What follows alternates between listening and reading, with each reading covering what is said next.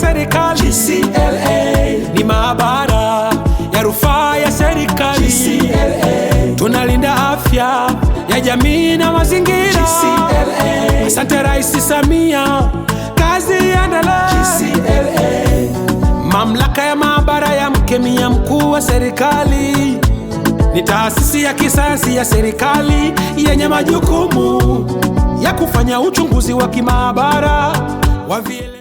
Naam, bila shaka hujambo mtazamaji wa GCLA TV, karibu sana katika ukumbi huu wa Jakaya Kikwete Convention Center hapa jijini Dodoma, ambapo linafanyika tukio maalum la Tanzania DNA Day Summit. Tulikuwa tukilisubiri kwa hamu, hatimaye ile siku imefika hii leo. Mamlaka ya maabara ya mkemia mkuu wa serikali ikiwakutanisha pamoja wadau mbalimbali wakijadili kwa kina kuhusu nafasi ya uchunguzi wa vinasaba na genomic katika afya, haki jinai, utafiti, ubunifu, maendeleo ya uchumi na ustawi wa jamii nchini Tanzania. Sasa nikupeleke ndani tukaone namna ambavyo kongamano hili linaendeshwa. Karibu sana.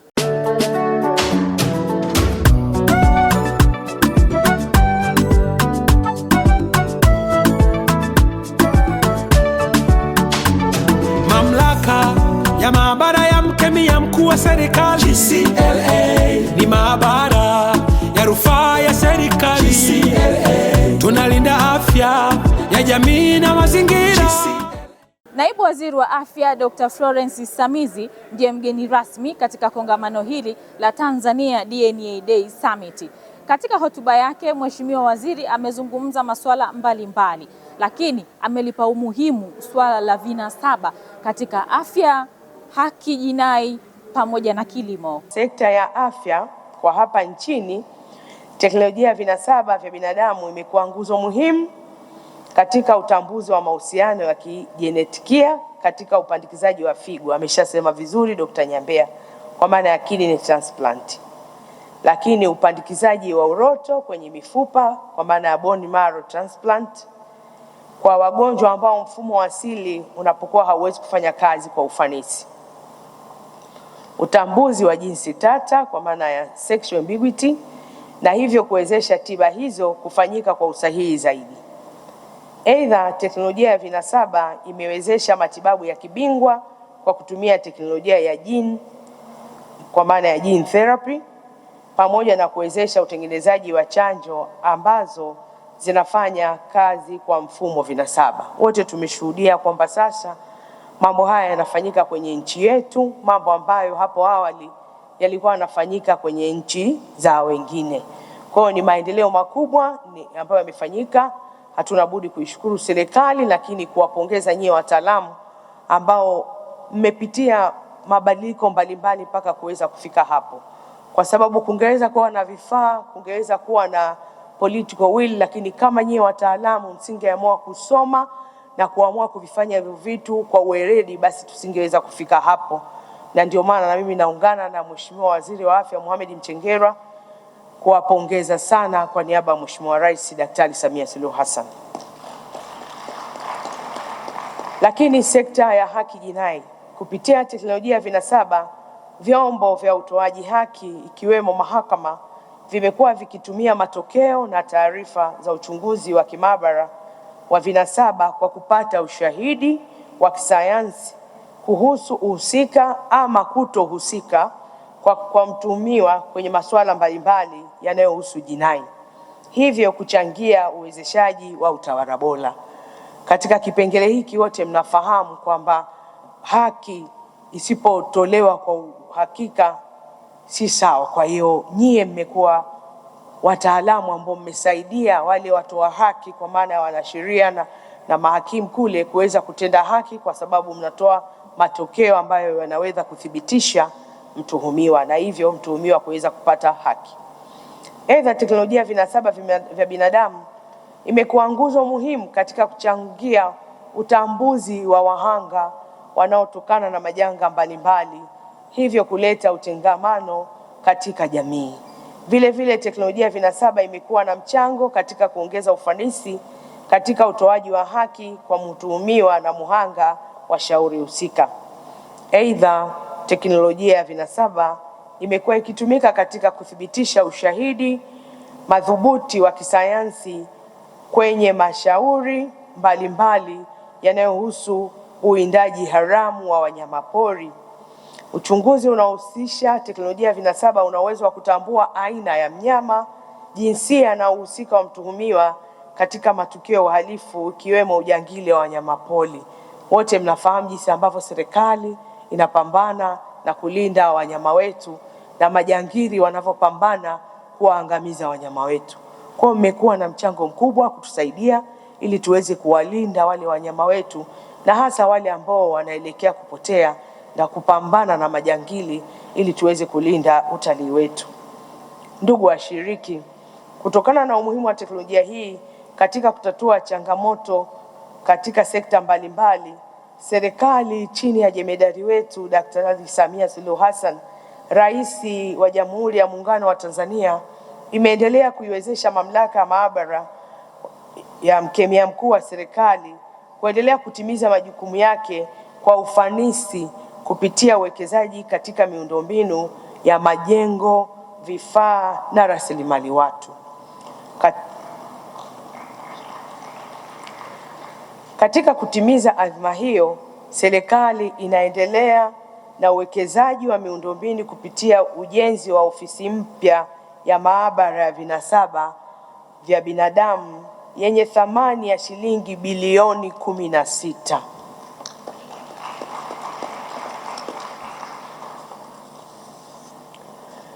Aidha, serikali imefanya uwekezaji kwa kununua jumla ya mitambo ya kisasa 5 kwa ajili ya uchunguzi wa vinasaba vya binadamu ambayo kwa pamoja imegharimu jumla ya shilingi bilioni 3.5.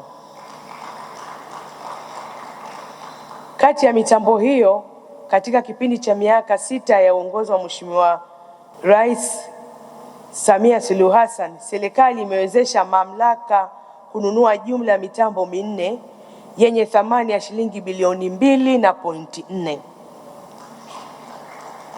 Mitambo hiyo 4 ni kwa ajili ya uchunguzi wa vinasaba vya binadamu na mtambo mmoja ni kwa ajili ya uchunguzi wa vinasaba vya wanyamapori kwa lengo la kukabiliana na ujangili. Serikali pia imeendelea kuiwezesha mamlaka kutenga bajeti ya vitendanishi kwa ajili ya uchunguzi wa vinasaba vya binadamu ambavyo bajeti hiyo imefikia shilingi bilioni 1.1 kila mwaka. Aidha, serikali pia imewezesha mamlaka kuendelea kujenga uwezo wa wataalamu katika matumizi mbalimbali na sahihi ya teknolojia ya vinasaba. Aidha, kwa baadhi ya nchi zimeendelea zaidi katika matumizi ya teknolojia hii. Uendelezaji wa wataalamu unafanyika ndani na nje ya nchi ili kujenga uwezo zaidi na kuwawezesha kuendana na mabadiliko ya sayansi na teknolojia husika. Ndugu washiriki, ni dhahiri kabisa bila kuwa na vifaa vya ugunduzi sahihi hauwezekani. Kwa hiyo Mheshimiwa Rais Daktari Samia Suluhu Hassan kwa moyo wa dhati amewekeza kwenye ununuzi wa vifaa, ameboresha majengo yetu. Nyinyi mnaona mkienda pale jengo zuri, vifaa vizuri, lakini vifaa bila wataalamu haiwezekani. Ameendelea kusomesha wataalamu ndani na nje ya nchi ili na sisi tuendane na kasi ya mabadiliko ya sayansi na teknolojia kwa kufanya ugunduzi na utafiti ambao unaendana na teknolojia ya kisasa. Lakini pia tumezungumza na mkemia mkuu wa serikali Dr. Fidelis Mafumiko pamoja na mkemia mkuu wa wakala wa serikali ya Mapinduzi Zanzibar Dr. Farid Mpatani. Wao wanaelezea umuhimu wa tukio hili kwa Watanzania.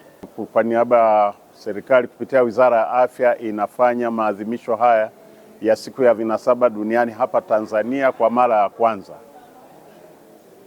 Maadhimisho haya yana umuhimu mkubwa sana kwa sababu moja, yanatoa fursa ya wataalamu mbalimbali kwa ngazi tofauti, wawe watiba, wawe watafiti, wawe wana taaluma za maabara, kuweza kubadilishana uzoefu, kuweza kubadilishana maarifa, kuweza kutambua maeneo ambayo yana mafanikio makubwa kwa matumizi ya teknolojia ya vinasaba, lakini pia kuweza kutambua maeneo ambayo yanahitaji kuboreshwa, lakini ni namna gani wazo hili la teknolojia ya vinasaba linaweza kupelekwa kwa urahisi kwa jumuiya ya wananchi, kwa Watanzania kwa ujumla. Na ndio maana lengo hili, vinasaba vinatumika katika nyanja mbalimbali kama ilivyoelezwa na mgeni wetu rasmi, kwenye sekta ya afya, sekta ya madini na sekta nyinginezo, lakini kwenye matibabu hususan inatumika sana. Kwa hiyo hii, kwa niaba ya bodi ya mamlaka ya maabara mkemia mkuu wa serikali na management, ninatoa wito kwa wataalamu, kwa wananchi kuendelea kupata elimu ya vinasaba ili iweze kutusaidia katika kuhudumisha ustawi wa jamii, ikiwemo na afya na ulinzi wa afya ya Mtanzania. Kupitia kauli mbiu yetu hii kwamba jamii inatakiwa ipate uelewa mkubwa juu ya huduma ambazo zinapatikana kupitia hizi maabara zetu za mkemia mkuu wa serikali ambazo zinafanya chunguzi za vinasaba. Hivi vinasaba vina matumizi mingi, ikiwemo moja katika matumizi yake ni katika masuala ya criminal, kuweza kumtambua mhalifu ambaye amefanya makosa ya jinai. Vile vile vinasaba vinaweza vikatumika kwa ajili ya kugundua magonjwa mbalimbali ya kijenetiki, ikiwemo magonjwa ya sickle cell anemia, kuna magonjwa xeroderma pigmentosa na maradhi mengine. Kwa hiyo kupitia warsha hii au kongamano hili, kwamba taasisi hizi mbili za mamlaka na wakala maabara mkemia mkuu wa serikali imeona ni fursa, imetoa fursa kwa ajili ya kuelimisha jamii zaidi kwamba matumizi sahihi ya vinasaba katika engo au nyanja tofauti, ikiwemo katika masuala ya tafiti, katika masuala ya afya, ambapo katika afya tunajua vipi inaweza kutumika katika kusolve au katika kupunguza ile maradhi ya kijenetiki. Vile vile inaweza kutumika katika masuala mahakama, kuweza kuwajua wale wahalifu ambao wamefanya yale makosa. Vile vile vinasaba inaweza kutumika katika masuala ya kilimo, kuweza kuzalisha mbegu bora zile ambazo za GMO ambazo zinaweza zikatumika katika kuongeza production kubwa na kuweza kuipatia jamii katika lishe. Kuna mambo mingi ambayo vinasaba inaweza kutumika. Kwa warsha hii imeweza kutusaidia kweli kwa mapana makubwa kuweza kutoa uelewa kwa jamii. Christopher Kadio ni mwenyekiti wa bodi ya mamlaka ya maabara ya mkemia mkuu wa serikali. Yeye anasema Tanzania DNA Day Summit ndio kwanza mambo yameanza. Lengo la taasisi yetu ni kufanya tukio hili liwe endelevu na pengine kila mwaka liweze kuwa bora na bora zaidi na kuwa na productivity nzuri zaidi. Kwa hiyo tutarajie katika miaka ijayo summit bora zaidi na zenye kuwa na faida kwa taifa zaidi, au maeneo ambayo wanaweza kuyafanyia utafiti waweze kutuletea mawazo ambayo yataleta maendeleo, yataleta solutions ama ufumbuzi kwenye zile challenges ambazo tuko nazo kwa sasa hivi kwa taifa letu la Tanzania. Lakini pia kuangalia unajua katika muda huu teknolojia inakuwa kwa kasi sana, ili tusichelewe kutumia teknolojia hizi na kuleta maendeleo katika mustakabali wa taifa. Mtazamaji, kongamano hili limehusisha wakuu wa taasisi na wataalamu mbalimbali ambao nao wametoa neno kuhusiana na kongamano hili. Huu mkutano ambao umeandaliwa leo kwetu sisi kama Tanzania Human Genetics Organization, lakini pia binafsi kama mtafiti ambaye nimebobea kwenye upande wa kuchunguza vinasaba vya binadamu, ni faraja kubwa sana kwetu. Kiukweli ninaweza kusema sasa kwanza tumeanza kuona mwanga. Tumeanza kuona ule mwanga ambao tumekuwa tukiutamani kwa miaka kadhaa sasa kwa nchi yetu, kwa sababu sisi tunatambua umuhimu mkubwa wa matumizi ya vinasaba vya binadamu kwenye afya. Lakini pia kama tunavyoona kwenye mkutano huu, tumekutana pia na watafiti ambao wanafanya uchunguzi wa vinasaba kwenye nyanja mbalimbali. Na hii ni muhimu sana kwa sababu wote tunafahamu kwamba unapotaka kupata matokeo makubwa huwezi kuyapata ukiwa unafanya kitu peke yako. Ni lazima kuwe kuna ushirikiano wa hali ya juu kuanzia ngazi za kitaifa mpaka kwenye ngazi za taasisi mbalimbali. Kwa hiyo niseme tu kwa kifupi, kwangu mimi huu mkutano ni faraja kubwa, mimi binafsi kama mtafiti, lakini pia kama kiongozi wa kwenye kofia tofauti tofauti ikiwemo ya Tanzania Human Genetics Organization. Hii ni faraja kwa nchi yetu, na ninajua sio kwa nchi yetu tu, na kwa Afrika pia. Kesho itakuwa ni siku ya kiulimwengu ya kuthamini na kutambua umuhimu wa DNA au vinasaba kwa maisha ya mwanadamu na maisha yote yanayoyaishi. Na sisi wa Tanzania tumeamua kusherehekea siku hiyo au kuitambua siku hiyo, siku ya leo na siku ya kesho. Na kupitia mkutano huu wa kisayansi, kwanza kabisa walipokea mada ambazo zote zilikuwa zinalenga DNA. Kwa hiyo walikuwa very much focused, na hiyo kwa kweli ninawapongeza.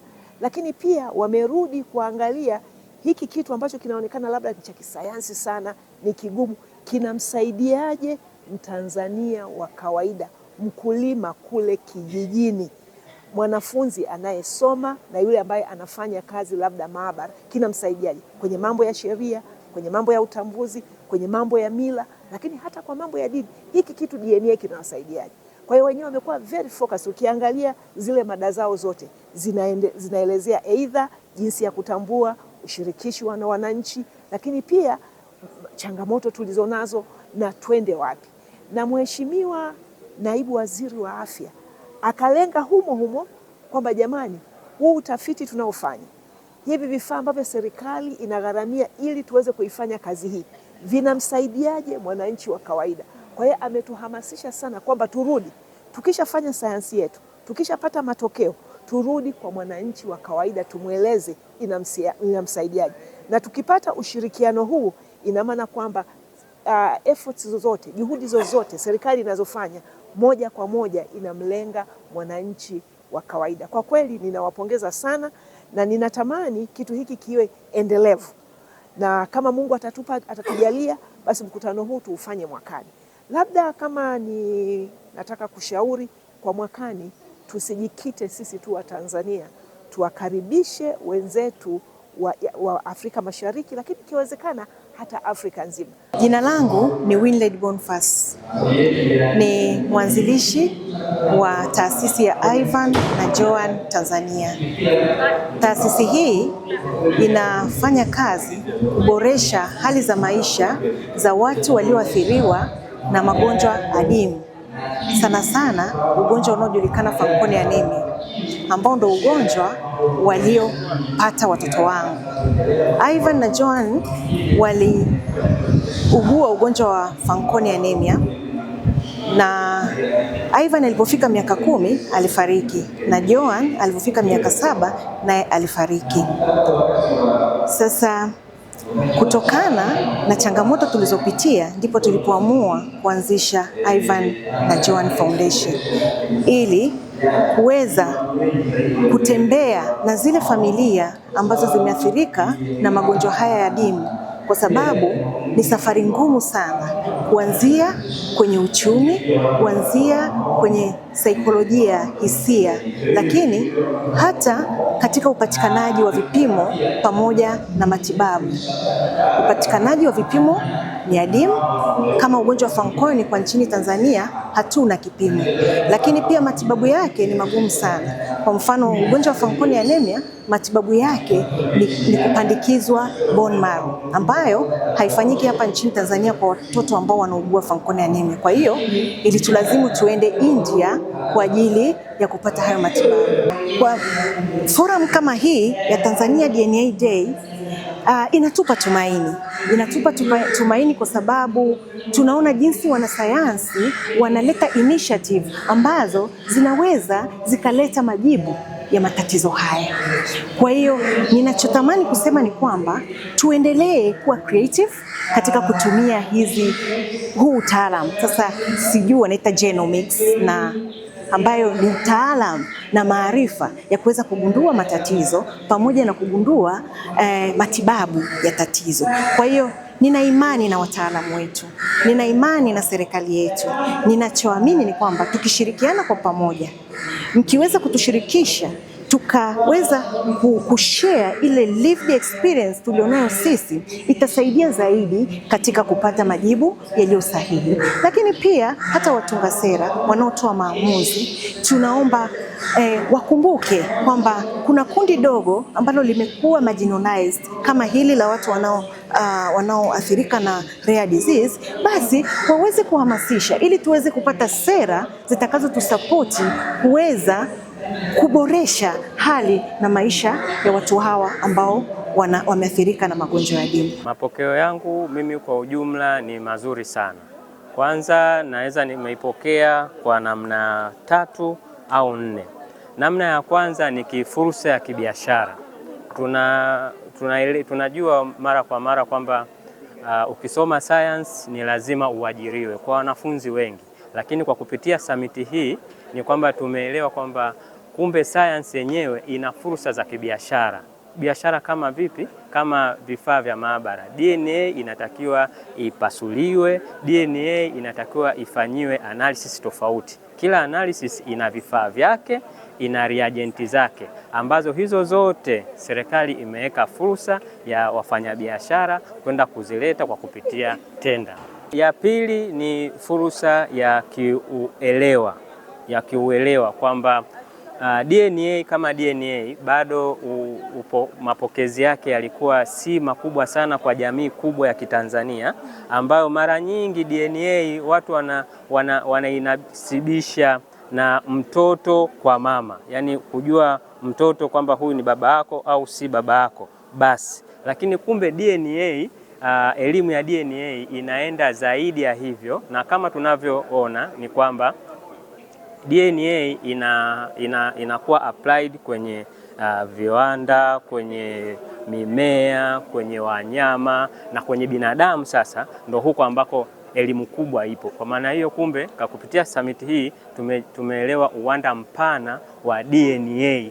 Leo nimejifunza vitu mbalimbali, na kutokana na naibu waziri alichokiongea nimejifunza jinsi DNA au vinasaba vilikuwa na umuhimu mkubwa sana katika maisha yetu. Inaongelea umuhimu mkubwa sana kama vile kufanya ugunduzi wa matibabu mbalimbali ya magonjwa, kugundua magonjwa mbalimbali, lakini pia kufanya protection, kulinda kama vile magonjwa ya mlipuko. Pia tumeona kuna umuhimu mkubwa sana wa kutunza taarifa za vinasaba, kwa sababu vinasaba hivi inaelezea taarifa za mtu moja kwa moja, za mtu binafsi. Kwa hiyo ni muhimu hizi taarifa zikawa zinatunzwa na kuhifadhiwa. Swali ni kwamba, je, ni nani anayehusika kutunza hizi taarifa? Na je, hizi taarifa zitakuwa na manufaa kwa nani? Na je, hizo taarifa kwa hao watu, kwenye manufaa ya hao watu, je, ni watu wachache au wengi? Hayo ni maswali ambayo tunajiuliza na tutaendelea kuyafanyia kazi ili kujua zaidi. Nimejifunza mambo mengi sana katika hii summit ya GCLA kuhusiana na Tanzania DNA Summit ambayo imefanyika mwaka huu kwa mara ya kwanza. Nipende kupongeza GCLA kama wadhamini wakuu kwa ajili ya DNA Day, lakini kitu nilichokifunza kikubwa kwamba kutoka kwa mgeni rasmi ambaye ni naibu waziri wa afya, nimejifunza kwamba nikiwa kama mwanafunzi wa chuo kikuu ambaye nasomea mambo hasa ya DNA, natakiwa ni kupitia elimu ninayoipata nisiache tu kwenye makaratasi, lakini pia naweza nikaipeleka hata huko kwa raia wa Kitanzania ambao hawana elimu kuhusiana na masuala ya DNA, ambao naweza nikawaelekeza kuhusiana na masuala ya DNA, ikihusiana na masuala ya inheritance, nikimaanisha kwamba familia, matatizo mbalimbali yanayotokea katika familia, lakini pia kuna matatizo ambayo yanatokea yanahitaji uchanganuzi wa kisayansi. Nimeona binafsi kama ni fursa nzuri sana kujadiliana maendeleo ya teknolojia ya vinasaba nchini, na vinasaba kwa kweli inatumika kwa maeneo mengi sana. Kwenye ishu za magonjwa tumejifunza jinsi ambavyo vinasaba vinaweza vikasaidia katika kutambua magonjwa mbalimbali hadi magonjwa ambayo ni very rare, yani yale ambayo yako adimu sana. Lakini pia matumizi ya vinasaba kwenye kilimo, matumizi ya vinasaba kwenye kesi mbalimbali, kwa mfano ishu za ubakaji, kesi za wanyamapori. Kwa hiyo kumekuwa kuna maeneo mengi sana ambapo kwa kweli nimejifunza. Naishauri mamlaka, nimegundua kwamba baadhi ya jamii nyingi kwa mtu ukienda kijijini kuhusu mambo ya vinasaba hawajui kabisa.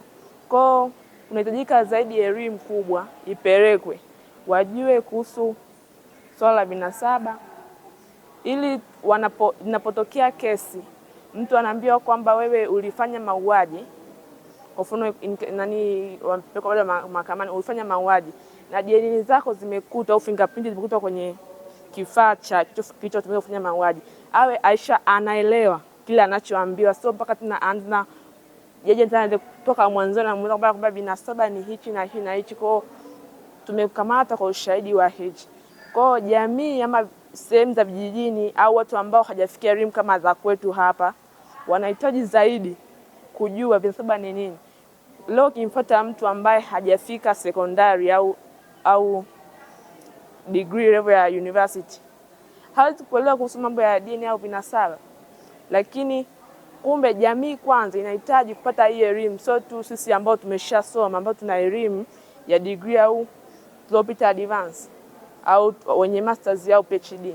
Kwa jamii pia inahitaji zaidi kuliko taasisi, sababu sisi tulishasoma darasani ni watu tu kwa apply, lakini jamii inahitaji zaidi, maana ndiko yanakotokea matukio mengi kuliko kwetu sisi. Nimefurahi sana kuja katika summit hii kwa sababu nimejifunza vitu vingi, ikiwemo ni matumizi ya DNA vinasaba katika kusolve kesi mbalimbali, mfano ubakaji, katika ajali mbalimbali ambazo mwili unakuwa unashindwa kugundulika. Pia ningependa kuwashauri vijana wakiona summit kama hizi wajitahidi kuhudhuria kwa sababu wanajifunza vitu mbalimbali. Mafupi kati ya haya ambayo nimejifunza ni pamoja na mchango wa vinasaba katika maendeleo ya kijamii na katika sekta ya afya. Kuna baadhi ya situation ambazo tumekuja kugundua kwamba DNA inasaidia sana. Kwa mfano kama kusaidia katika masuala ya kujua uzazi wa mtu. Kwa mfano kama wakati mwingine mtoto anaweza kupatikana katika familia lakini baba akawa na shida kutaka kujua kama mtoto ni wa kwake au si wa kwake. Lakini pia ile DNA au vinasaba vya mama husika pamoja na mtoto vinaweza vikafanywa majaribio katika laboratory na kugundua kwamba kuna mfanano wote kati ya DNA ya baba na ya mtoto.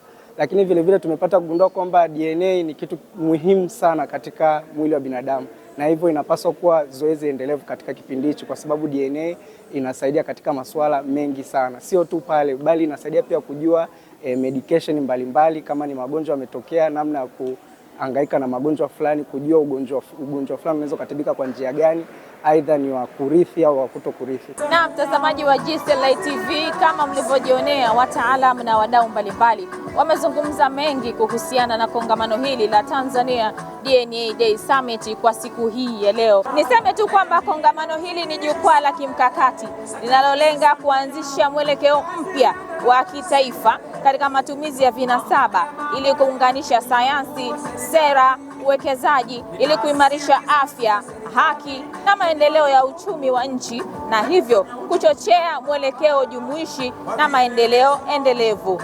Mpaka kufikia hapa niseme hatuna la ziada. Mpaka wakati mwingine, mimi ni Mwanaheri Jaza. Kwa heri kwa sasa.